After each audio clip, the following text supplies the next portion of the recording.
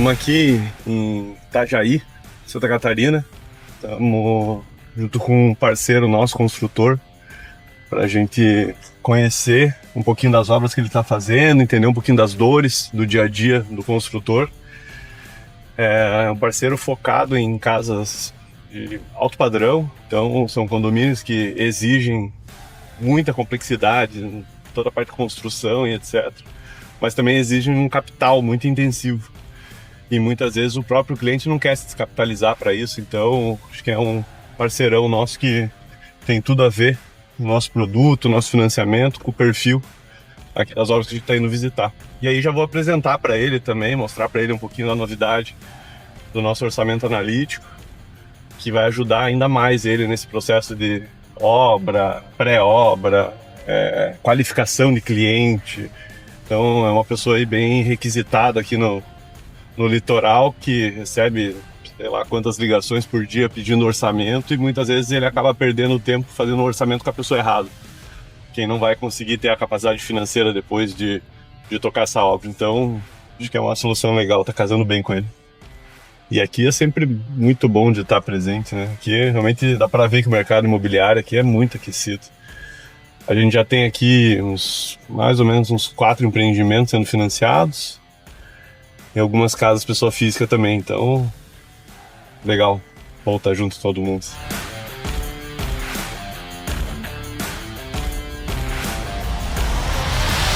Isso aí a gente financiou. Tá acabando. Quanto tempo você acha que vai sair a bici aqui, do... Cara, eu acho que ele já tá até pedindo, eu acho. Acho que ele já tá pedindo. Eu acho que pelo físico financeiro tá com uns 98%. Aí o bombeiro já libera, então. Tá bem pouquinho. E aqui é a bicha de vocês. Aqui estamos na reta final do do Rodrigo, né? Que é a relação do Fábio ali também. E agora que estamos na reta final, né? Na parte das madeiras. Que o fator fundamental para uma obra andar é o financeiro. Então, tem coisas assim, né? Principalmente parte de fundação, tem coisas tipo São Pedro manda chuva, você não controla. Então o clima interfere na parte de fundação. O restante é fluxo de caixa. Então se o cliente tem os imprevistos que na grande maioria das obras acontece, ele não tem um bom planejamento, aí daqui a pouco dá furo no caixa dele que ele realmente faz para tirar o pé. Já teve casos de cliente querer parar e aí a gente vai buscar alternativas com vocês e podemos viabilizar para que venha dar continuidade na obra, porque daí para é ruim para todo mundo. A gente tem equipe, o cara às vezes tem prazo de aluguel que está alugando algum lugar para se mudar. Já teve casos que a gente já viu do cara se mudar, o pessoal ainda está no construção porque não pode. É um absurdo. É a cerejinha do bolo, a mudança, ainda entra meio de lado. Não pode. O evento de entrega da casa acaba caindo por terra porque o cara não deve entrar com uma casa pronta. Ô Murilo, e normalmente essa dor de barriga que dá no cliente, a maioria deles estão com recurso próprio. Isso. É onde o cliente hoje, né, ele tem um entendimento... Se programa no fluxo dele. Se programa no fluxo, só que a partir do momento que o cliente não entende a importância do pré-obra, é onde mora o perigo. Porque daí ele coloca na cabeça dele que o teto do custo vai ser aquele. Alguns clientes têm um poder aquisitivo de conseguir bancar mais, mas a grande maioria sofre o impacto de ter que buscar outras alternativas. Porque daí e acontece de você ter que botar o teu, para não parar? Já aconteceu da gente colocar, porque daí pra gente o prejuízo é menor, porque a obra ande, porque o nosso maior gargalo de tomar prejuízo é que a obra se estique, daí para, volta, tem que desligar o colaborador. Já colocamos o nosso recebimento em cheque por conta de material, por exemplo, para poder ter andamento em obra, entendeu? O cliente fala, poxa, eu tô apertado aqui, ou eu pago vocês ou eu paro. A gente tem um cronograma para finalizar. Quanto mais tempo a gente estende numa obra, menos eu tenho de uma nova iniciando. Perfeito. Então aí você bota... Agora, para curiosidade também, mais do construtor, todo mundo que sonha em fazer um caso de alto padrão, ou seja, são craque nisso.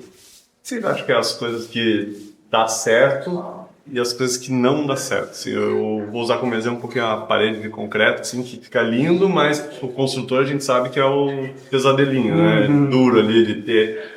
O que vocês veem que dá certo numa casa de alto padrão e o que não dá certo? Vale a pena colocar para o cliente ou não vale? Cara, vamos lá. Se a gente pensar em elementos da obra, né? Pensar em elementos da obra, muito vai de uma questão que a gente até conversou no almoço, quanto a o que o cliente está disposto a pagar. A que ponto ele está disposto a pagar? Um belo exemplo é o concreto aparente. O concreto aparente, ele tem uma arquitetura brutalista, então é uma tendência de que ele tenha uma arquitetura mais bruta. Porém, o tratamento dele é totalmente diferente. Não tem como você imaginar que mesmo porque é um elemento bruto, assim do que ele foi desformado, do que acabou de ser feito uma concretagem, vai ser esse o acabamento dele final. Então, o pessoal coloca na planilha lá, vou fazer concreto aparente porque eu não vou ter reboco, não vou ter pintura, não vou ter um possível revestimento. Mentira. Você vai ter todo um acabamento para ser feito com o tamponamento certo, com hidrofugante, com tudo para poder dar o acabamento final, que talvez se equipare ou fique mais caro no final por conta de um elemento de alto padrão como esse. Mesma coisa quando a gente passa para outros elementos dessa casa mesmo. Madeiras, nós temos forro de madeira aqui, por exemplo. Cara, para um elemento de uma casa como essa, você pode pensar na madeira, pegando uma de mais baixo custo, ela não vai ter o padrão do que essa casa merece. Então essa casa aqui é toda em Cumaru. O preço da Cumaru já é muito maior do que o restante. Sim. Mesma coisa, quando você vai levar... cimento queimado também, eu vejo bastante. Então eu vou fazer cimento queimado que eu vou economizar porque eu não coloco porcelanato. Exato. Aí você vai ver o piso de cimento queimado todo trincado. Todo trincado. Aí você vai pegar mão de obra especializada em cimento queimado, cara, é muito mais caro do que você vai colocar porcelanato. Então, são elementos que, como eu disse, vai muito do que o cliente quiser. Se o cara não tem capital para fazer esse tipo de elemento dentro de obra, é bom buscar outras alternativas para suprir, porque querer o elemento A, mas usando o C, você não vai conseguir atingir o mesmo resultado. Esse que é o ponto. E junto com o que a gente sempre indica, o cliente é olhar para a qualidade. Quando a gente fala em empreendimentos de alto padrão desse porte, o fornecedor também, que são credenciados com a nossa empresa, eles passam por uma triagem para poder entregar, porque muitas das vezes o produto pode ser bom, mas se a empresa não é boa, ela estraga o produto. Perfeito. Então, às vezes, tem cliente que olha muito para o orçamento do mais barato e para esse nível de casa não comporta ainda. Então, é algo também que é muito importante o cliente ter essa noção de que o barato sai caro no final. Eu costumo dizer que tem tudo isso que encaixa, mas igual na construção civil não tem, porque realmente o barato sai muito caro.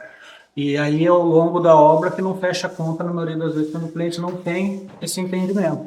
E aqui vocês estão entregando com eletrodoméstico e tudo, né? Com tudo. Eletrodoméstico, com coisas dos móveis, tem parte que é móvel planejado e tem parte que já é móvel fixo, móvel mesmo, que o cliente vem e compra em loja pronta. E isso vocês incluíram no orçamento de vocês? No orçamento. Assim, a parte dos móveis soltos fica com uma parte futura por falta de decisão do que vai colocar. Agora, os móveis sobre medida, tudo isso já entra no orçamento analítico, desde que já tenha um projeto definido pela parte de arquitetura do que vão gostar. Sim. Se não gostam, se não tem uma definição, a gente desmembra e é um orçamento daí na última etapa que entra só da parte da mobília. Eu vejo muita gente também chega pra gente para financiar a casa, financia a casa e esquece dessas. Putz, agora tem que mobiliar, né? Vai basicamente mais meia casa em cima, né? Facilmente. Então precisa estar bem organizado. Até porque a mobília, por ser o último elemento, às vezes é onde o cara mais paga o preço alto. Porque daí o caixa ficou curto, ele acaba tendo que sacrificar, porque lá no início não foi feito um bom planejamento. Aí ele vai sacrificar os móveis, ele vai sacrificar a automação, que é algo que daí é uma facilidade, mas não é fundamental. E é o que ele vai usar no dia a dia. Que é o que vai usar. Uma casa desse tamanho, já pensou se ele tiver que fechar todas as cortinas para dentro assim, cara, não é fundamental a automação. E aí, às vezes, esses elementos acabam sendo crucificados por um mau planejamento no início, e aí falta fôlego financeiro. E aqui tem algumas particularidades, assim, o cliente ele gosta bastante de os contatos com a natureza, de escalar, fazer trilha, então a gente tentou junto com a arquitetura deixar o mais dentro do perfil dele, por exemplo, o concreto aparente. Tem desde um concreto mais refinado e ao bruto. Ele preferiu o sistema bruto, que é a essência do concreto aparente. Sim.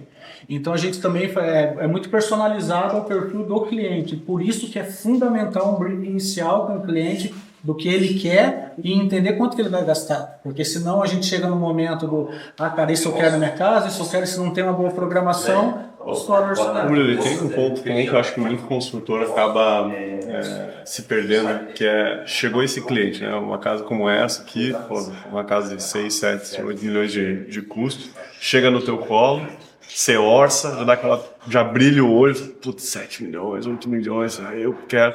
Aí o cliente começa no meio do caminho, não, vou ajustar isso aqui, e você fica com aquele número grande, fala, não, eu topo. Você tem um papel de também falar, veja bem, esse é o escopo, tá aqui fechado, se a gente trocar qualquer uma dessas linhas, vai ter que trocar o valor lá em cima e eu preciso que ele tenha alinhado. Como é que você faz essa relação, né, do trocar no meio do caminho também do orçamento e o cliente? A gente, como a gente faz o orçamento analítico, então tem por unidade ali, né, todos os valores. Então, quando o cliente faz uma alteração, a gente sempre mostra o impacto financeiro e de cronograma. Tem mudanças que geram redução de cronograma, por ele colocar algum item mais simples, o que é muito raro, porque normalmente é o oposto. Eu gostei de um revestimento hoje, amanhã eu quero outro, e normalmente mais caro. Aí isso vai impactar no financeiro e impacta em cronograma. Então, mensalmente, o cliente ele recebe um laudo, um relatório, com os custos e o que isso está interferindo no cronograma dele. Porque a minha função, aquela história, o cliente tem sempre razão, até o limite, ele tem razão no gosto dele. Tá. A partir do momento que ele vem contratar uma empresa especializada, é meu papel falar, cara, ok, entendo, mas vai te gerar um prejuízo, vai estourar o orçamento, vai estourar o cronograma. Muitas das vezes o cliente tem mais pressa pelo cronograma, que ele tem que sair de onde ele está, do que o próprio financeiro, e daí, se a gente não mostra para ele que tudo isso vai impactar, daí chega no final da obra, está em 2 meses a mais, fala, mas atrasou minha obra. Mas aí, foi 3 dias disso, foi uma semana daquela operação. Nós temos casos que a obra parou quase 4 meses por conflito de arquiteto e engenheiro projetista, estava mal dimensionado. Aí ficou naquela briga entre eles e a gente e o cliente, precisamos rodar até que o cliente ficou, decisão eu vou trocar. Então nisso foi 4 meses de atrito, e o prejuízo para a gente e para o cliente não está escrito. A sorte que o cliente que ele é coerente entende que isso daí partiu dos escritórios de projeto. Mas é algo que o cliente, ele não contrata uma empresa para tomar prejuízo. Aí você deixa de entrar numa próxima obra, você não consegue colocar no papel. A previsibilidade, quando não tem um bom início, uma pré-obra bem feita, a gente fala muito dos 80-20, 80% planejando, 20% executando. Quando esse planejamento do pré-obra não é bem feito, vai acarretar no final. Aí vai estourar o cronograma, vai estourar o financeiro, muitas das vezes o relacionamento que foi bem construído se arranha, porque até ter um entendimento e digerir a notícia ruim é sempre pior. Nós trabalhamos com orçamento analítico porque no final a gente entrega a surpresa positiva, que é a redução de custo. E aí se o cliente não tem esse entendimento de nos contratar no início para fazer isso, aí ele tem uma surpresa no final negativa, que é estourar o orçamento, estourar o cronograma. E você ganha em cima dessa diferença. E a gente ganha em cima dessa diferença. Então é uma coisa que pesa bastante. Bem mal. Aqui a gente dividiu bem, porque a entrada com living hoje é muito integrado, lá é o salão de festa, o espaço gourmet. Galera, essas casas que vocês fazem, chega no final, aí vocês têm que sempre pedir pro cliente uma semaninha pra vocês, né? Pra curtir um pouquinho. Sempre negociado é o churrasco. No mínimo o churrasco tem que... Eu já tô falando aqui na Copa, da gente vai assistir os jogos. Isso, já coloca fazer aqui. O churrasco pra nós.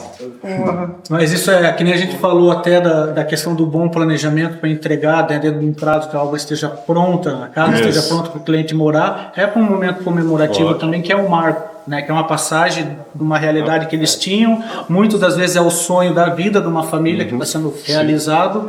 Então esse momento também de confraternização lá no final é um reflexo do trabalho bem feito, porque teve casos que a gente já viu no mercado do cliente mal terminar a casa, ele vender foi o desgosto, que estourou o orçamento, no início ia com os filhos dentro da obra, consegue nem dormir, não consegue mais nem pisar lá dentro, e porque estourou em 50%, 60%, prazo de 1 ano de atraso de obra, aí o cara chega e vende e quebrou o sonho que era de uma vida, às vezes de uma família. É algo muito sério isso, né, que a gente tem toda uma responsabilidade de orientar o cliente, e muito sempre parte dessa parte, financiamento, planejamento, para a gente conseguir no final entregar o resultado esperado por todos. Dá para subir lá? Sim, vamos por aqui, ó.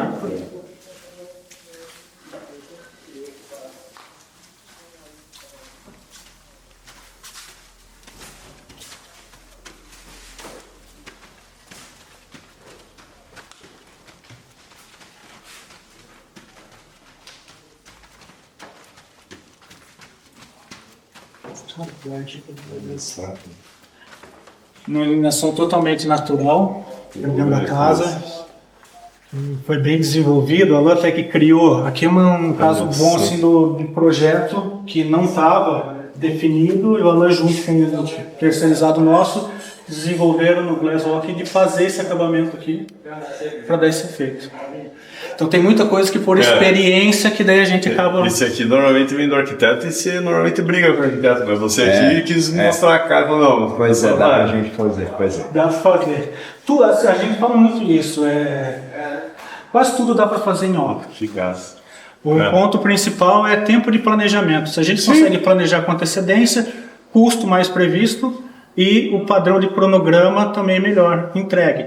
Quando vem muito em cima da hora, que daí vem naquilo, cara, preciso fazer para ontem. Então, ontem já passou, muito difícil. E aí geram os desgastes de obra e tudo que a maioria fala, né? Pô, obra é dor de cabeça. A gente luta muito no mercado para mudar isso, com parcerias com empresas qualificadas, que nós unimos forças para mostrar que a obra só passa a ser dor de cabeça quando não tem um bom planejamento. A partir do momento que você faz um bom planejamento, ela não é dor de cabeça. E a gente fala para os clientes, vocês nos contratam para a gente ter essa dor de cabeça e vocês desfrutarem do processo. Né? Vem aqui, olha, namora, fica sonhando lá na frente quando estiver pronto, para a gente ter essa dor de cabeça, e aí o planejamento é fundamental que aconteça com tempo hábil para poder entregar algo com qualidade. Já tem o elevador pronto. Aqui, o projeto inicial era fechado, não tinha acesso para manutenção. A gente falou, cara, manutenção não dá, tem que ter uma área. Então, compatibilizações iniciais do projeto que estavam prontas, pela experiência nossa, a gente vai analisando para poder ter essas mudanças. Aqui é a sala íntima, onde eles vão ter a sala de TV, né, os quartos das crianças. Aqui teve uma outra situação que tinha um vidro no projeto inicial, aí batia de frente com a televisão, daí a gente trouxe que não faz sentido ter um vidro aqui, o cliente entendeu e foi fechado 100%. Aí tudo isso altera em custos, né? Lógico. Você sempre vai colocando uma coisa por outra que vai tendo uma diferenciação. Muitas vezes a gente consegue falar, cara, se a gente economizar aqui, você consegue colocar aquele produto que você quer daquela forma. Então esse jogo é importante, ter um bom planejamento, principalmente financeiro, né? A obra não adianta, vai ser uma surpresa. Sempre vai ter alguma surpresa. Sim. Você tem que estar preparado. Sim. Quanto antes você descobrir ou conseguir atuar, menos você vai ter um susto negativo. É isso. A gente tenta minimizar tudo que vai acontecer dentro de uma obra.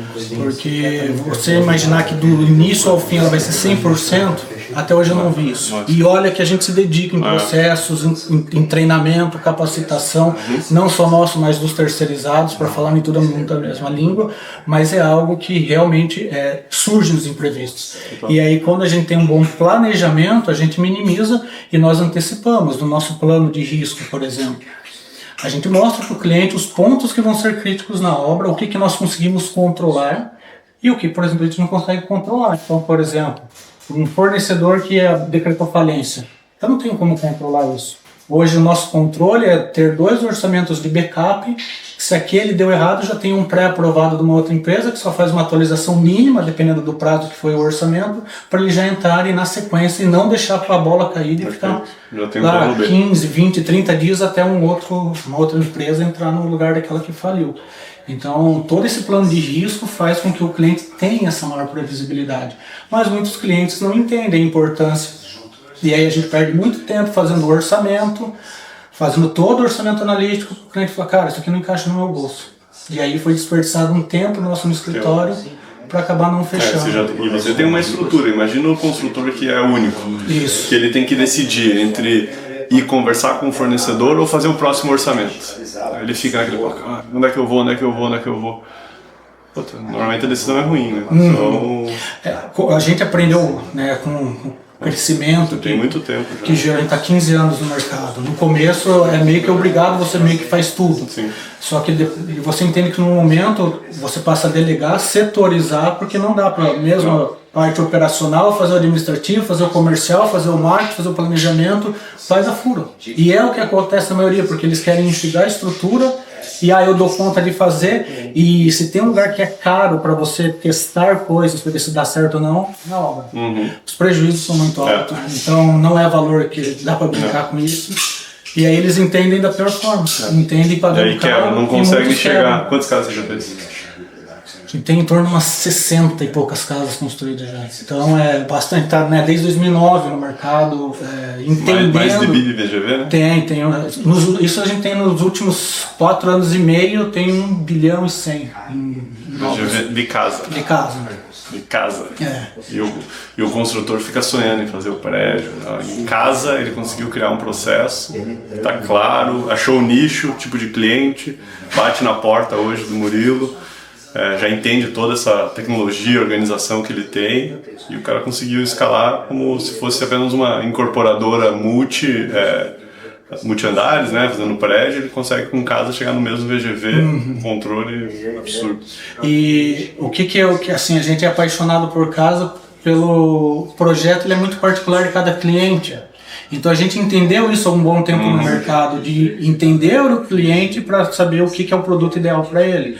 Porque tem cliente que entra aqui e não gosta de concreto aparente, eu não posso embutir. Então a gente faz muito personalizado, toda a nossa mão de obra é um serviço artesanal, a gente fala de casas muito particulares e personalizadas por cada cliente, e isso fez com que a gente entendesse que realmente é um nicho de mercado. Antes eu tinha só uma instaladora, e comecei a ver a falta de profissionalismo que estava com as construtoras, porque como foi um boom muito grande, né, principalmente pós-pandemia, muita gente saiu do prédio querendo morar em condomínio, por Deus, me veio uma pandemia de novo, o cara poder ter pelo menos uma área privada para os filhos, para os pets, aumentou muito a procura, e aí todo mundo se aventurou a ser construído. E não é fácil construir, principalmente pelos prejuízos que vão gerar no mau planejamento. E aí, a gente disse, aí onde quebra. Ou vai quebrar o cliente de não conseguir terminar a casa, às vezes o cliente pôs todo o capital que tinha, ou vai quebrar o próprio construtor que não fez o bom planejamento e a conta não fecha. E já teve alguma casa que você começou a construir para alguém, você se apaixonou e pensou em comprar? Sim, tem algumas. Tem algumas que a gente constrói assim, que a gente olha e fala, cara, isso daqui é o ideal. Isso daqui é o que a gente pensa. Dá vontade, mas a gente tem que ter a disciplina também, né, de entender o momento para chegar, mas tem muitas, assim, para falar a verdade, a maioria, a gente é apaixonado por obra. Então, quando a gente pega uma casa dessa, por exemplo, cara, essa casa que é incrível, ela tem ambiente, ela tem vão grande, ela tem área de lazer, ela tem parte lá no fundo que vai ter pomar, tem tudo para as crianças brincarem, tem fireplace, então é algo que, pô, foi muito bem projetado. Você pensa, cara, isso daqui eu moraria. Porque 10 minutos da praia? 10 minutos da praia, localização, um condomínio que é fechado por natureza, então você não se sente no centro de Balneário, você está isolado, ao mesmo tempo tem uma logística muito boa. Então é algo que a gente namora e por isso que a gente sempre cuida muito bem. E isso vem, né, desde o início nosso, de entender que tem que cuidar como se fosse nosso. Que é o parto.